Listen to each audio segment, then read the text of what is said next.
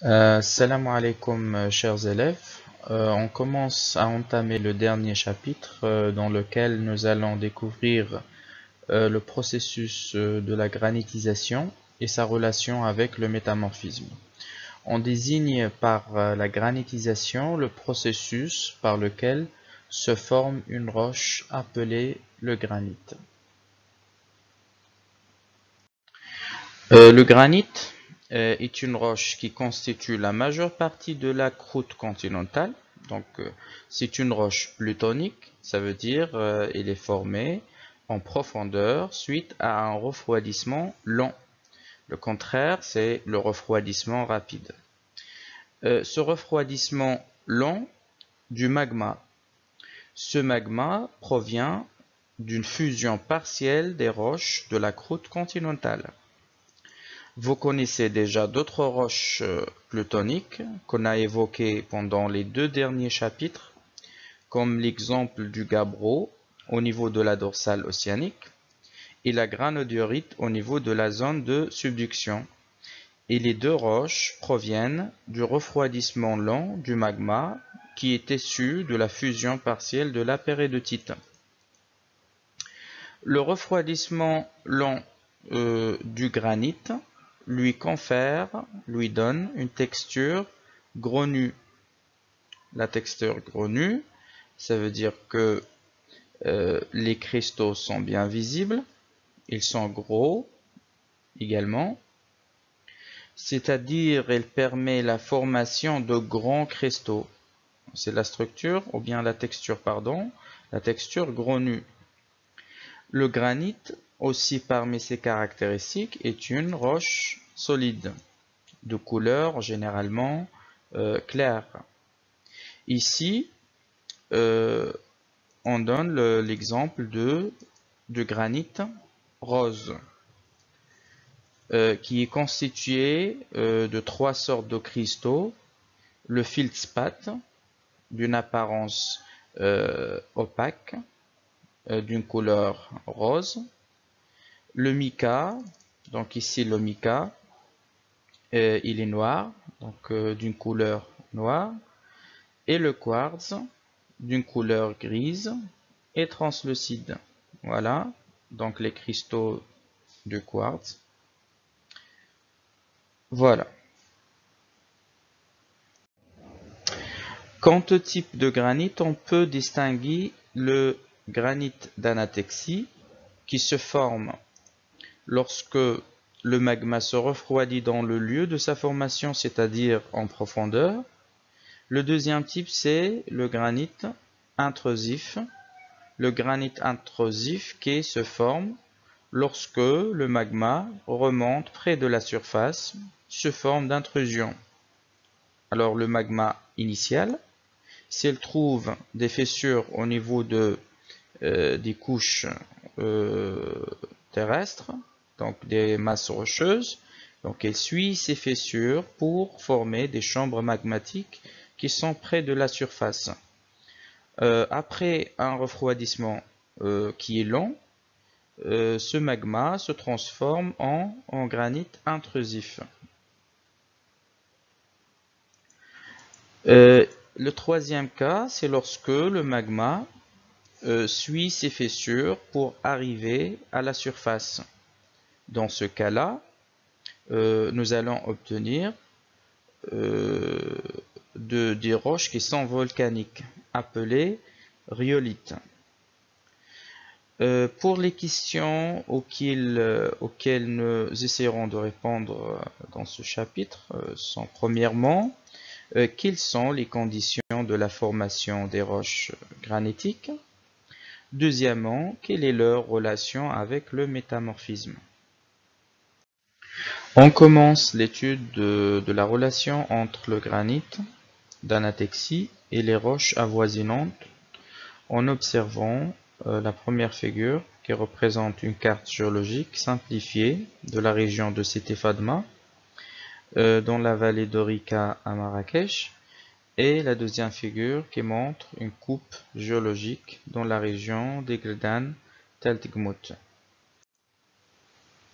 On nous demande dans la première question d'identifier les roches avoisinantes au granit d'Anatexie.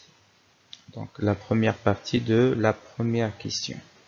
Donc d'après les deux figures, on voit que le granit d'Anatexie, celui-là, est entouré des roches métamorphiques. La roche métamorphique ici, c'est le gneiss. Et un autre type de roche appelée la migmatite. Donc la chose qui la confirme aussi, la carte géologique. Vous voyez le granit d'Anatexie. Il est entouré également des roches, donc le gneiss et la migmatite. La deuxième partie de la question nous demande d'expliquer pourquoi le granit affleure malgré son origine plutonique, c'est-à-dire malgré sa formation dans des grandes profondeurs. Tout simplement, l'affleurement du granit d'Anatexie peut être expliqué par le phénomène d'érosion que connaît la région étudiée. Dans la deuxième question, on nous demande de proposer une hypothèse concernant la relation possible entre le gneiss et le granit. Donc ici, puisque le gneiss est une roche métamorphique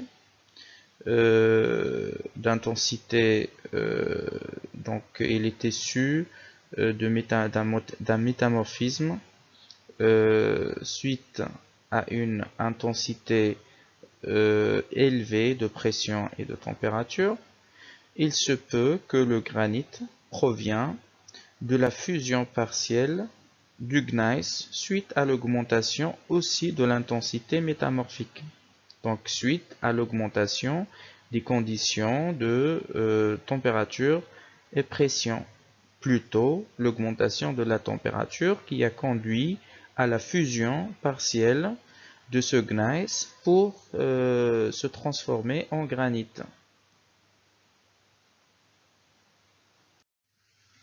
Et afin de vous présenter la nature et les caractéristiques structurales de la migmatite, on vous présente les figures 3 et 4. La figure 3 représente une photo d'un échantillon de la migmatite et une autre photo montrant une masse rocheuse constituée de la migmatite. À partir de la première photo, on peut constater que la migmatite est composée de deux types de roches. Le gneiss se forme de lits sombres à structure foliée et le granit qui forme des lits clairs à une structure grenue. Voilà, donc pour le gneiss, il a une structure foliée. Le granit a une structure grenue. Et la migmatite présente les deux structures, foliée et grenue. Cette double structure de la migmatite, foliée et grenue, montre qu'il s'agit bien d'une roche à transformation intermédiaire entre le gneiss et le granit. Donc, à partir de ces observations, on peut supposer que l'augmentation de pression et de température conduit à la fusion de gneiss et donne après refroidissement le granit. Donc le granit en passant de la migmatite qui témoigne d'une étape transitoire de l'évolution de la pression et de la température avec le temps. Merci de votre attention et attendez-moi pour une autre vidéo dans laquelle nous continuerons de traiter ce sujet de granitisation et sa relation avec le métamorphisme. Au revoir.